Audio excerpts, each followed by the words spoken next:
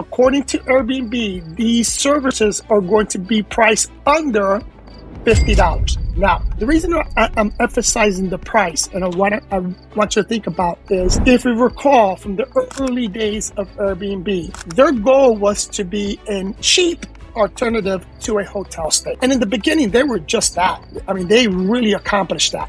But then when they got into, or more and more people got into the game and decided to expand to not just an air mattress and not just a room in somebody's house, to an entire house, cabins, tiny homes, luxury homes, you name it, Airbnb now is doing it. When that happened, they were no longer the cheap option. Now, I've said this before, I travel a lot. As you can see, I'm not at home, I'm traveling again. Here's the catch. If I'm going to travel to a city for 1 or 2, maybe even 3 days, and I'm traveling by myself, I'm getting a hotel. It's just a cheaper option. And I'm not saying, to find that cheap option in a Airbnb, I have to share the house with someone or just rent a room. I'm not doing that.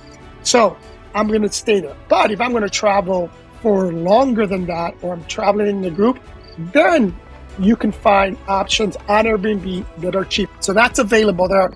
The price point is interesting. We'll see how long that lasts, but that is an interesting point. Now, the other thing that they're launching, and it's a relaunch, or it's more of an expansion of the Airbnb experience. As I mentioned, Airbnb has tried to diversify, and they launched that Airbnb experience several years ago. And to be honest, it was a total fail. It really didn't take off. It didn't do what Airbnb hoped it was going to do. But what they're doing is they're doubling down on that experience, and they're expanding it. So now that Airbnb experience is available at 650 cities. And if you don't know what an Airbnb experience is, it's a curated activity hosted by locals, like tours, cooking classes, exclusive events.